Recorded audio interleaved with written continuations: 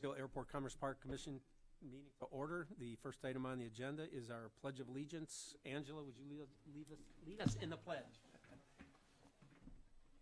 Pledge allegiance to the flag of the United States of America and to the republic for which it stands, one nation, under God, indivisible, with liberty and justice for all.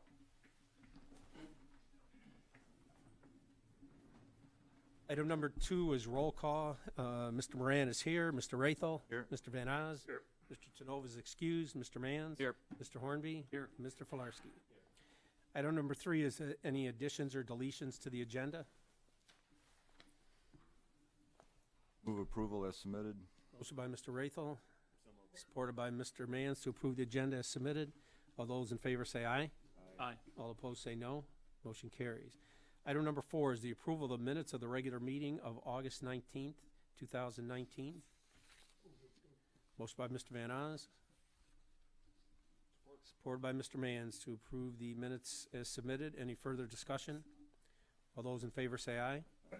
All opposed say no. Motion carries. Item number 5 is the financial report for September 2019. Everyone should have their financial report in their package.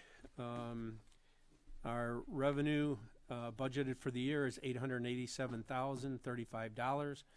Our year-to-date revenue, which is we're at 50% of our fiscal year, and our year-to-date revenue is $468,261, which equates to 52% of our budget.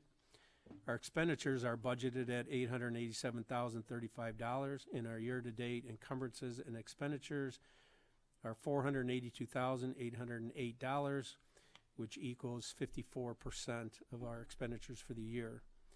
Our capital reserves as of the end of September are $572,263, and our past due rent summary as of October 14th is $3,635. With that, Mike, is there anything you want to point out to us? Thank you, Mr. Chair. Not too much to point out. We're tracking along nicely. We just had the first draw for our capital improvement project in the Commerce Park, the building subdivide. So I think that first draw will probably come out of our capital reserves, and the rest will come out of the township loan. So at the next board meeting, you should see the capital reserves down. I think the initial draw was for $200,000. So you'll see that draft come out at the next meeting. It's been processed through finance. Other than that, everything, I think the budget's tracking along very well. Work on the past due stuff. The Worldwise Inc. was a lease renewal that's been settled, and the B. Marshall one's been settled and closed out too. So we're working the past due rent summary down well, and I think it's tracking. Are there any questions or comments for Mike on the financial report?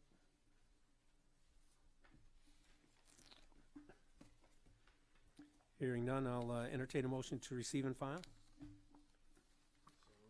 Motion by Mr. Mans, supported by Mr. Van Oz to receive and file the September 2019 financial report. All those in favor say aye. Aye. All opposed say no. Motion carries. Item number 6 is the manager's report. Item 6A is the Building 63 subdivide update. Mike?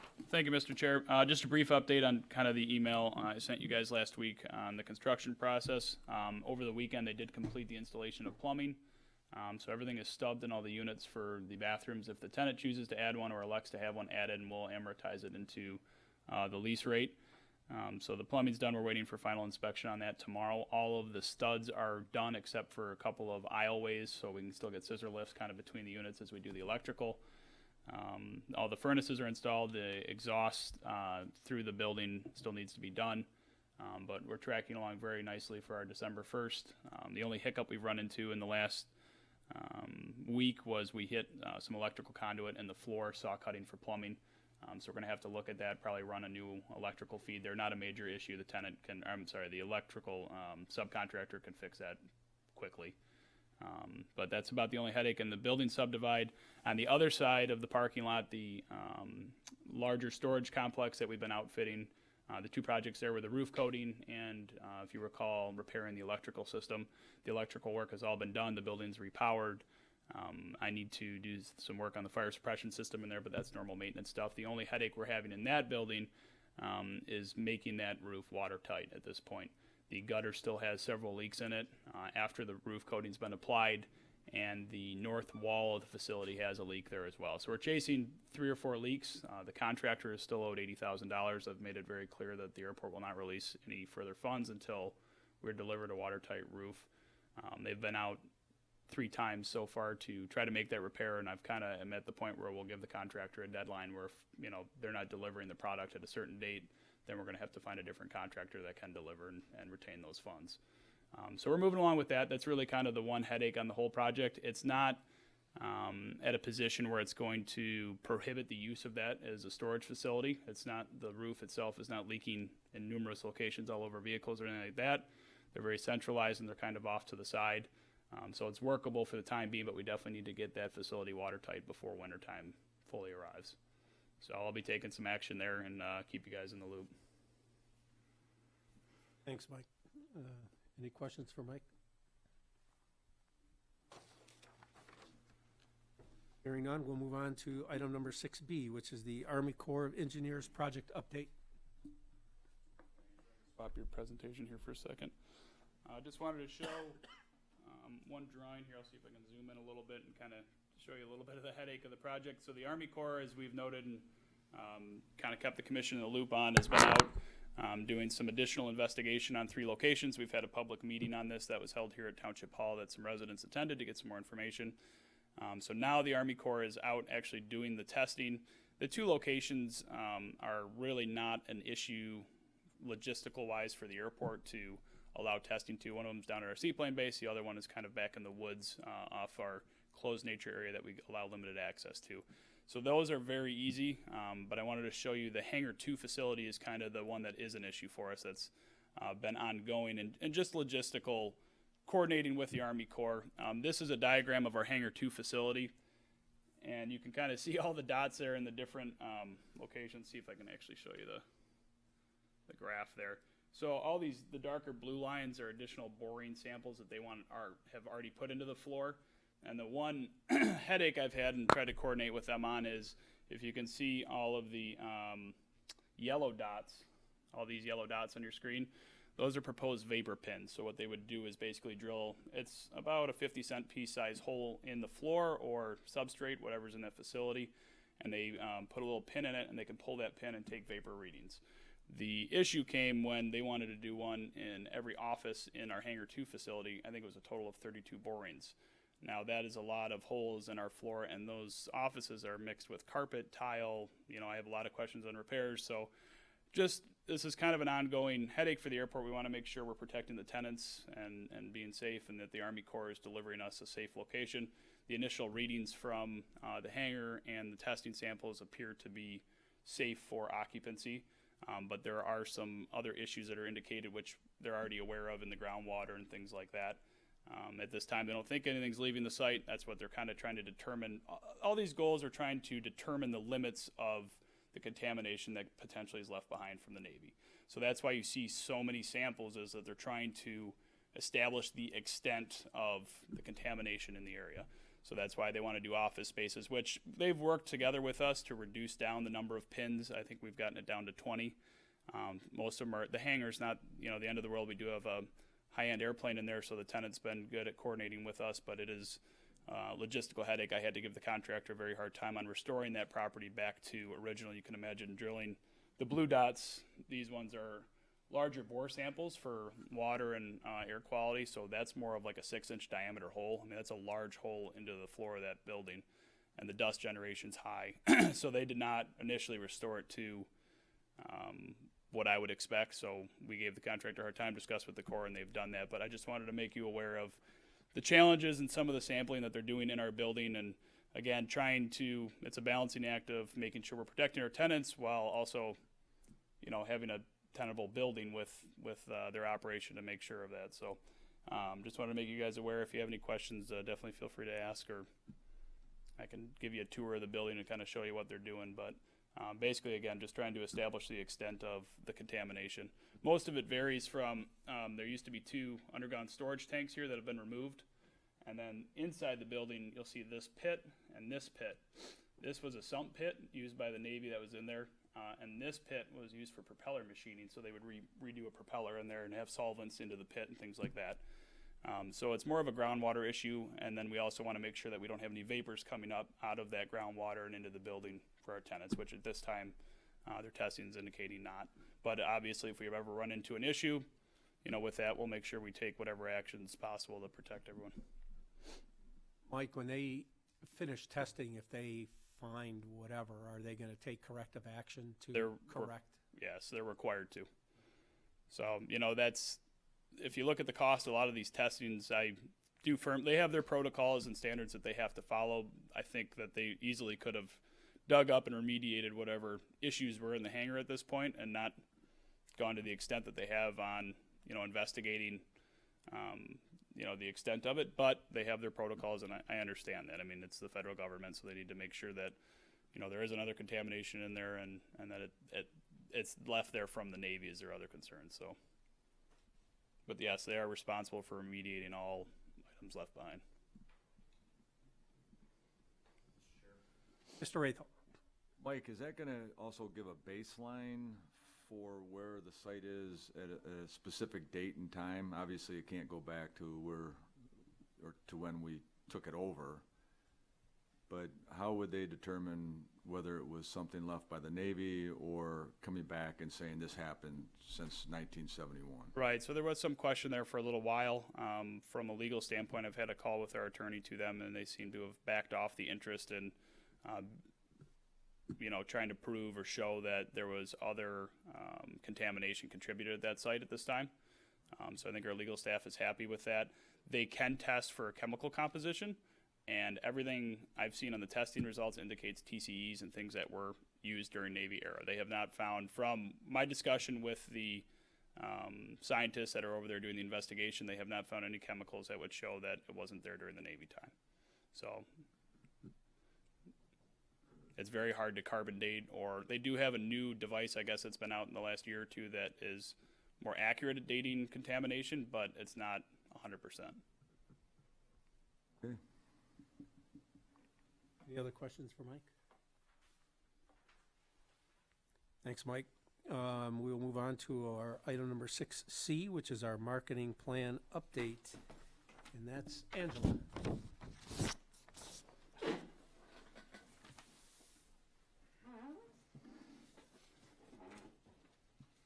Evening. So Mike and I discussed taking just a few minutes today to kind of bring everybody up to speed on what's been happening in our world and my world in terms of what we've been doing with marketing for the Airport Commerce Park. Let's see, since I think it was the June meeting, I think I was here last.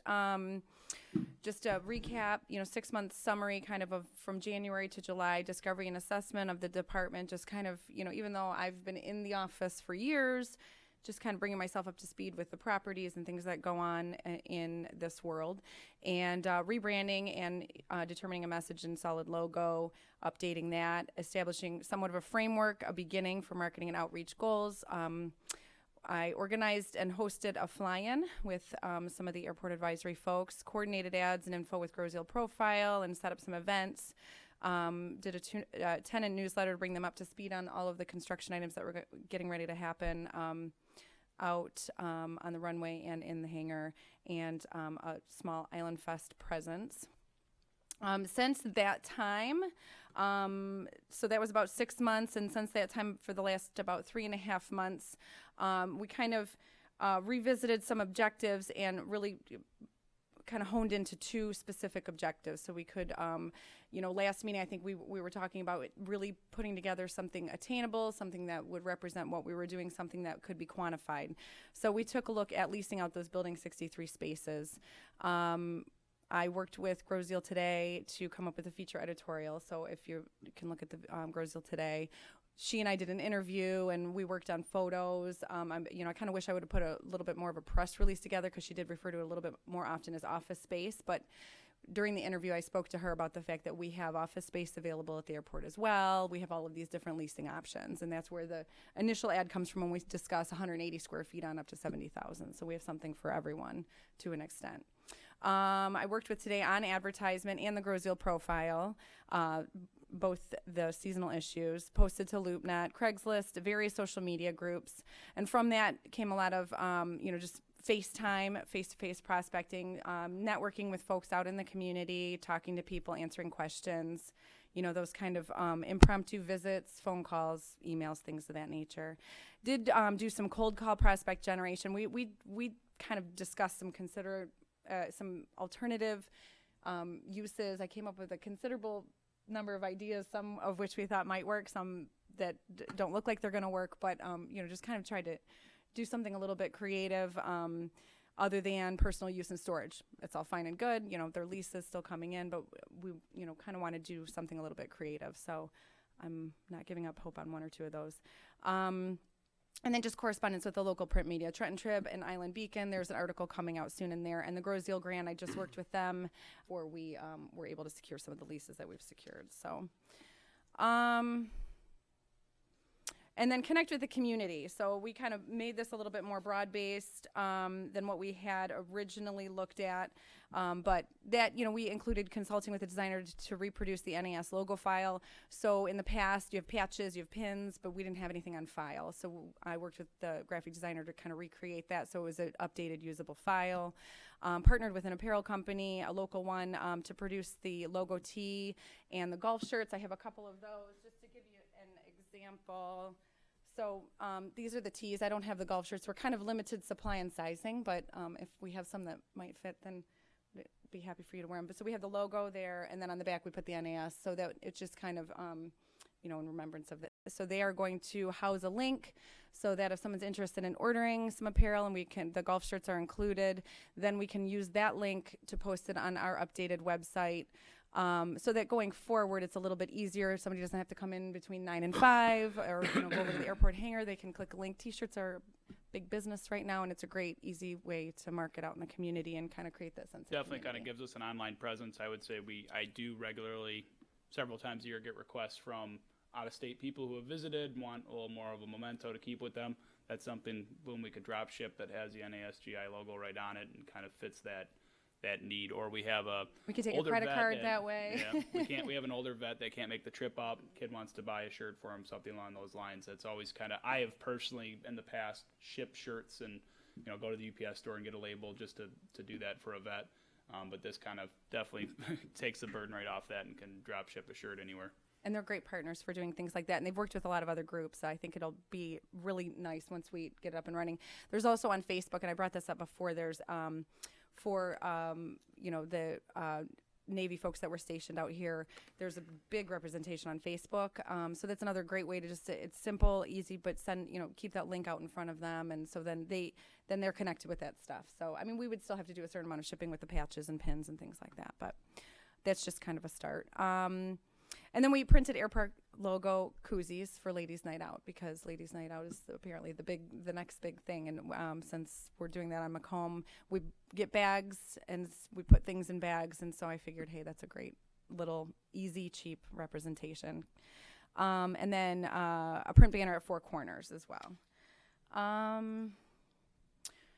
And going forward, we kind of talked a little bit more about taking this 4-prong cycle approach. So, just to give you an idea, 3.5 months, 8 hours a week, it's less than really 3 weeks of full-time work time. So we're trying to figure out how we can prioritize what I'm doing and marry up what, the goals are in the airport office. So, and trying to really balance that. So going forward, at least right now, economic development would probably take up about 50% of my efforts, because even though Building 63 is moving right along, then now we have, an absence in another building, and we have the EPA. We have several things in the pipeline. Community outreach would be about 30%. The pilot traffic would be about 10%. We have full capacity with hangar tenants. So really marketing more to those pilot groups that we did for the fly-in and encouraging traffic that way. Transient traffic work and trying to attract more business or aviation into the airport. And then tenant relationships. So as the tenants, build, then just connecting with them. And then just in terms of the project pipeline going forward, in 2019, look at it from that campus approach plan. So we talked about renaming Building 63, renaming some of the buildings, taking a look at how we can, look at it as a whole and make it more marketable. So renaming the buildings, the sign strategy for Building 63 and anything going forward. Develop investment interest, so the former D-Ball site, EPA, continue growth at Building 63, because we did have a lot of interest in that, or do. Press release and a print media interest for the 50th anniversary for the Naval Air Station, because that was celebrated in the fall. The web presence, so we're going through a website overhaul at the township, so Mike and I agreed that that would be kind of a good area for me to focus on, renovating, revamping the website presence for the airport in general and Commerce Park, and enhance social media. And then plan an open house event or ribbon cutting for Building 63. So depending on when that's complete, we've got the scissors, we've got the ribbon, we'll put something together, get the tenants moved in and create some, and that really will create some excitement in the community. And then in 2020, continue those economic development efforts, formalize a plan for scouting groups, school groups, and aviation groups, and design a new air park brochure and marketing materials going forward. Does anybody have any questions? I did have a conversation with Mike that I think it is a good idea for us to rename our buildings instead of keep referring to them as 61, 62, and 63. So look forward to that. Any other comments, questions? Is that it? Is that your last slide? That's my last slide. No, good job. I like the way that you laid out your time, which is very important to you and Mike certainly, and you can focus on what I believe is the most important, and I think the percentages were good. I mean, you could take 5 from one and add it to some 5% from one and add it, at any specific time. But proportionally, I think that you had that good effort proportioned properly in the areas that we need marketing help. And the new brochure, not a big air park. I always kind of struggle with the name. I mean, but a new brochure, marketing materials to get out to transients, to get out to investors, and get out to Grosse Ile, right? Because I think all of our leases that we have, and Mike will go through that, are all from Grosse Ile residents, right? So just getting the word to Grosse Ile is important. We tend to, so I think it's great. I mean, I think you're doing a great job. I appreciate your focus on this, and keep up the good work. Thank you. Thank you, Angela. Appreciate it. Oh, wait, one other thing. I want to drive in. So, you don't need to respond to that, okay? No, I will, because I was going to address it, but then I didn't want to address, I wasn't sure if I should address, no, so, it was almost. Yeah, tonight. No, I know, that was, it will happen in 2020, I wasn't being, I think there's a lot of great opportunity to do all kinds of cool things here and create a lot of excitement here at the airport. People want access to the airport. That fly-in was great. I thought if everybody could come and see all of these planes parked out, at any given point in time, there was 10 planes out there. I called my kids and I said, come down here. This is really cool, So the drive-in will happen. Among other things. Right, but I'm not talking I about have a one lot of of those little crazy- blow-up screens, okay? I'm talking about one of those permanent drive-in screens there, and we could use a center That's circle, where my idea right? started from. Taking that away in the We'll boat. talk. And then we could have it like every Friday night or something, go down to the airport for a drive-in. I think you're onto something. Okay. Oh. I know you know. Thanks, Angela. Sure. Do you wanna- You're right. I can swap it off. We'll move on to our next item, which is our action items. Item 7A is the DMAC Industries lease. And we have a resolution before us that reads, based upon the recommendation from the Grosse Ile Airport Commerce Park manager, Groseal Airport Commerce Park Commission hereby approves a new lease between DMAC Industries and Groseal Municipal Airport. A formal lease will be developed pending approval by the commission. Terms of the proposed lease agreement are listed in the history, purpose, and explanation section of the resolution. It is for a one-year lease starting on December 1st, 2019, expiring on November 30th, 2020. So moved. Motion by Mr. Rathel, support by Mr. Van Oz. Any further discussion? Mr. Chair. Mr. Rathel. So, Mike, when we go through these leases, I think you're gonna do it. You're gonna tell us Gonna who kinda they give a are, summary right, and right where now. they're going. Okay, all right. Yeah, I think Yep. if you're okay, Mr. Chair, I wouldn't mind just kind of giving you a summary of everything before you go through the leases, if that works fine. Sure. What you have in front of you today are all, we've accepted deposits, and they're all pre-leases for the building, the build-out of Building 63 that's scheduled to be done in December. You have in front of you 7 of the 8 units pre-leased. The pre-leasers are all island residents. They are basically all exactly what we expected our market to be here. They're local business owners, downriver area business owners. They're going to be using the space for kind of a combined business, personal storage, equipment type facility. We have a couple like Chris Clinton that's a little more hands-on. He does some repair work for the school system on on their school buses and hydraulics and things like that. Not necessarily oil changes, but some heavier equipment repairs. We might have some welding and things like that in there. But for the most part, kind of business garage type spaces. Axiom Graphics will be probably wrapping some vehicles. They do large trailer wraps for advertising. If you go down to the auto show and you've ever seen some of the huge car carriers that are wrapped, things like that. As well as potentially some t-shirt stuff. They may do one of the t-shirt presses in the back and stuff. So again, all island residents. Most of them are a one-year lease. You know, we were trying to shoot for a little bit longer. I know I've had a conversation with a couple of commissioners that were hoping for a little longer. I think there's some kind of timidness on a new build out. I think I built in a one-year lease with a one-year option. If we want to try to see longer leases, we could just approve a one-year lease and go for a longer renewal once their feet are kind of wet and they're a little more comfortable in the space. I do think these are going to be kind of like a storage unit where once we get them in, they'll probably be in longer term once they kind of get settled into the facility. So I'm up for discussion on that, or if the commission, I can try, if you want to give me some leeway, we could try before we sign the lease to negotiate a little bit of a longer term. During the negotiation process, I offered somewhat of a credit even for like, for example, I think DMAC Industries, they're the biggest unit in there, and it's like $1,345 a month. I offered to go down to $1,300 if they signed a 5-year lease. You know, with the first will be for a 1 year. D-Ball has one unit at 3 years and the second unit at a 1 year because he's unsure of, you know, he's downsizing slightly and unsure if he's going to need all that space and kind of wanted to do a 1 year run on it. He's an existing tenant. I'm happy to do that for him, but the one other unit will be locked down for a 3 year. So with just the 7 units that are in front of you today, it's roughly $105,000 of revenue generated a year.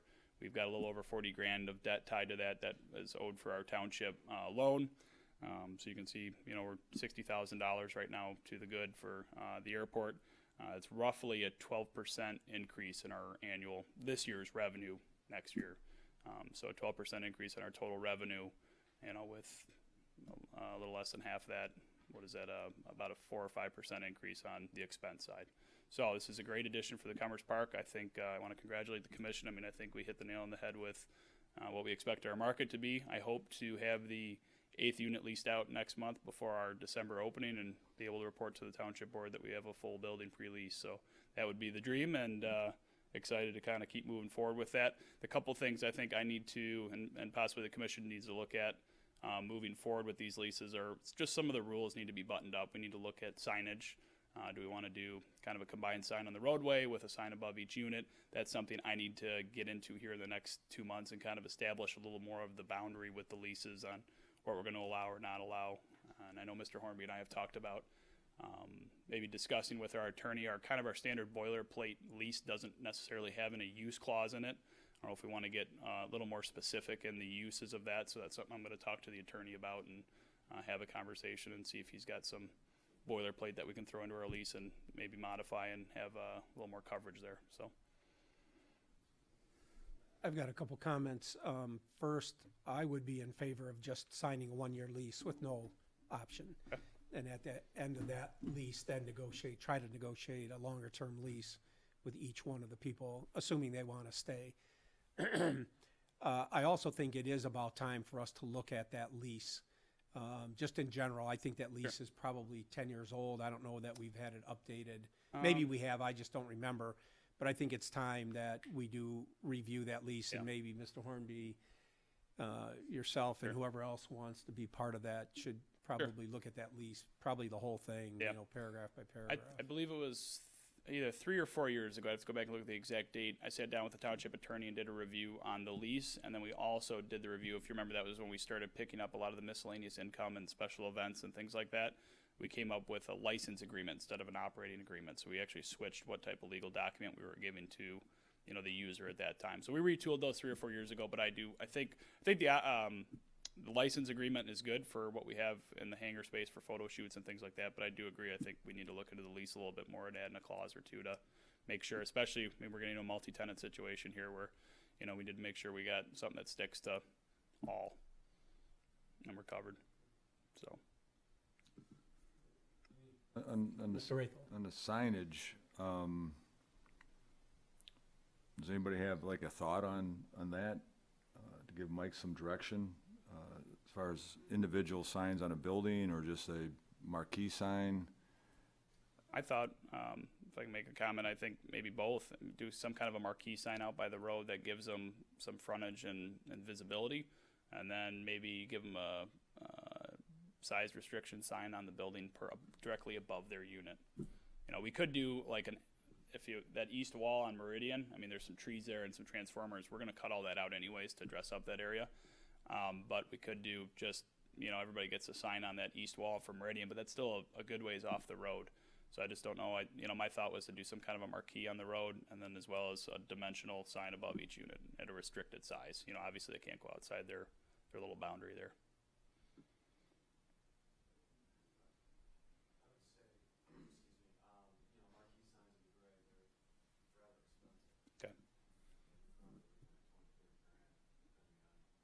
Yeah, if it's that much, I probably wouldn't want to do it. I have to go get a price for one. I can look into that. Okay. Well, if there's signs on the building, I think, well, first of all, the question has to be asked. We do have a sign ordinance on Grosse Ile. So yeah, they'd have to pull a permit and meet the applicable.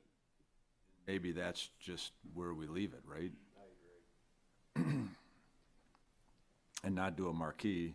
I agree with Chris. They're not cheap because you got to brick them up. You got to put a foundation in and then, you know, light it, run power to it. And we haven't indicated to the tenant yet that the marquee was an option. I have expressed that there would be some signage available on the building for their suite. I mean, we need to offer that, absolutely, at their expense, and pull a permit and make sure they're meeting code. And that's what we do with our other tenant situations. The storage yards or anybody else wants a sign, they have to pull a permit. Yeah, I'm fine with that. That makes sense. Mike, if we're going to do a standing sign in front of these businesses, it needs to be uniform and not to the townships, to our requirements. Sure. I mean, you know, the frontage signs, obviously, we've got ordinances that cover that. Yep. If you're thinking about doing poster signs in front of these buildings, we want to make sure that they look good. Sure. I think that would, if a commission direction came like that, we'd probably look at our landscaping master plan and how to tie in with that theme and uniformity. So, but it makes sense to me just to maybe do the building for now and look at the marquee option down the road. If we want to even investigate a price, we can, but at least get them, some sort of publicity off the front. The tenants to the south side, like Axiom and DMAC, I mean, that's very restricted visibility there. You're not going to, you wouldn't see that sign unless you pull in the lot. So that's one challenge, but, I don't necessarily get the vibe that most of these tenants are going to be using this as a massive storefront. It's one unit left, correct? And we're on TV. Price is going up. This is we have and those 6 went pretty quick, and so one 1,900 all you square guys foot out unit there left that at, have your shop in the garage, and or the girls want to get together and have a place to get away too. This is a great spot. Call Mike Duker at the airport office and get a deposit on this. Thank you. I know Angela and I think we developed a list of probably 20 interested parties and have been working that, and there's still definitely some potentials and future lead generations off, the current deposit holders. So it's, I think it's showing promise. I'd like to get that 8th unit looked at, rented out, which I hope to do for you next month. And then once we're full, let's continue to look at the demand and try to make sure we're meeting that. I think if we can do more units, the commission definitely is going to need to sit down and discuss another bank 6 or 8, or how we want to continue to divvy up this building. These units are delivering on a square footage basis a much higher return than just about anything else we have on the airport, and there's market for it. So let's keep looking at that. Mike, I know you went over some of the numbers of return. So our budget, our 1920 budget, we put in the expense of paying back the township's loan, right? For the runway and this building project, Runway correct? and this building, we put that in, and we had a balanced budget without any revenue projections, any increased revenue. Correct. Of leasing these. So I think you went over that briefly, but can you just go over that again for us one more time? So yeah, we're with these projects, we've already included the debt with a balanced budget on this fiscal year. We're gonna, just with these 7 pre-leases, it's about $105,000 a year of new revenue coming in, which is a 12% increase in revenue, with the expenses staying the same as we've planned for this year, next fiscal year. So it's a 12% jump on our current budget. It's big. We It's good. theoretically, not theoretically, we're gonna have 4 months of increased revenue, right? From December, they're gonna start paying December, right? Yep. December, January, February, March. So 4 months of revenue on top of our projected revenue for this year's budget. Correct. And I'm sure this other one's gonna be leased out pretty quick. That's amazing. So debt service, Mike, is, for this project is About 45,000. 45,000, and with all 8 rented out, projected revenue is About 116,000, 118,000, somewhere in there.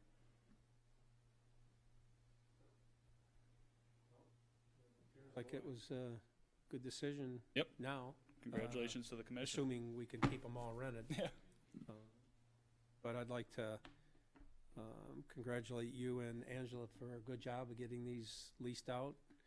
And it was always our intent to hope that they would be leased out by the time they were ready to be occupied. So Sure, as and we I definitely discussed, wanna we got one left.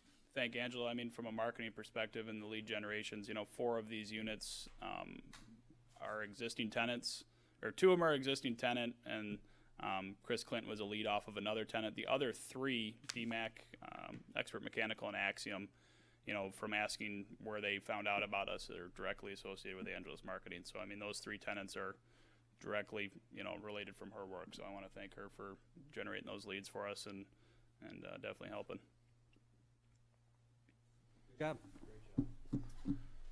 Okay, we have a motion by Mr. Rathel, supported by Mr. Van Oz, to approve DMAC Industries lease. All those in favor say aye. Aye. All opposed say no. Motion carries. Next lease is the lease for Expert Mechanical lease, and I'm just going to read the name instead of the entire resolution for each one of these. Again, a 1-year lease. It's unit number 7. So moved. Motion by Mr. Van Oz. Second. Supported by Mr. Hornby. Any further discussion? All those in favor say aye. Aye. All opposed say no. Motion carries. Next item is a lease for Dieball Sailing. And it is again this one is for a 3-year lease. And it's units number 1 and 5. So moved. By Mr. Van Oz. Supported by Mr. Mans. Any further discussion? All those in favor say aye. Aye. All opposed say no. Motion carries. The next lease is for Campo Brothers, and it's for a 1-year lease, and it's unit number 8. Motion by Mr. Van Oz, supported by Mr. Filarski. Any further discussion? All those in favor say aye. Aye. All opposed say no. Motion carries. Next lease is for Chris Clinton, It is for unit number 6, and it is for a 1-year lease. Moved. By Mr. Van Oz, Support. or by Mr. Hornby. Any further discussion? All those in favor say aye. Aye. All opposed say no. Motion carries. The next item is a lease for Axiom Graphics, and it's for unit number 2 for a 1-year lease. Moved. Motion by Mr. Van Oz, or by Mr. Mans. Any further discussion? All those in favor say aye. Aye. All opposed say no. Motion carries. That ends our resolutions for the lease of Building 63. Our next item is item number 6G, which is the apron joint reseal MDOT contract.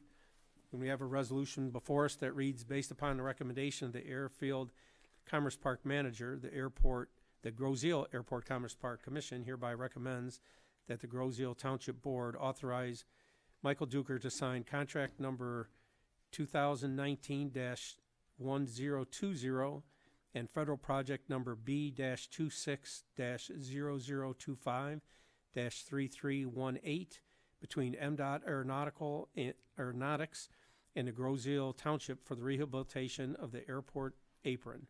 The cost of the above referenced contract shall not exceed $363,000, of which the township's share shall not exceed 5% or $18,150. So moved.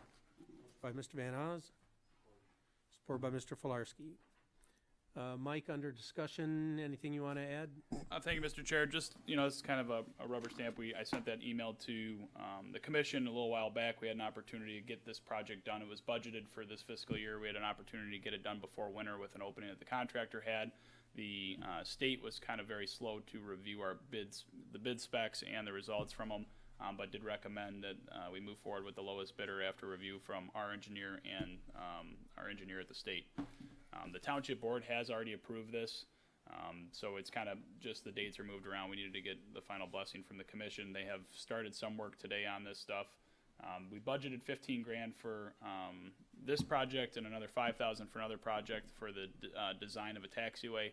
The taxiway stuff is going to get pushed down the road a little bit. So we had $20,000 budgeted for MDOT projects this year. So even though this one's slightly over, we added some concrete panel placement in there, but it still kind of fits within the $20,000 budget approved for our MDOT project. So everything else came in on bid, and should be a good amount of work. It just includes some miscellaneous panel replacement. A lot of it's around drains that we have on the airport, and then all of the joints between our T-hangers and the furthest west concrete panel on the apron will get resealed here 7 years ago to give us some access to funding to maintain that ramp that's in good shape.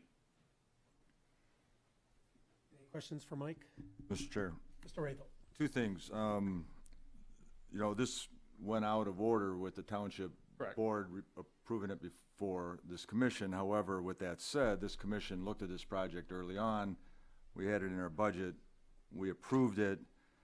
Just want to say good job of getting it into this year's budget, because we had to move things around and get everything accepted. So this is good that it's to maintain our airport, our runways, our taxiways. We do all the work in the Commerce Park.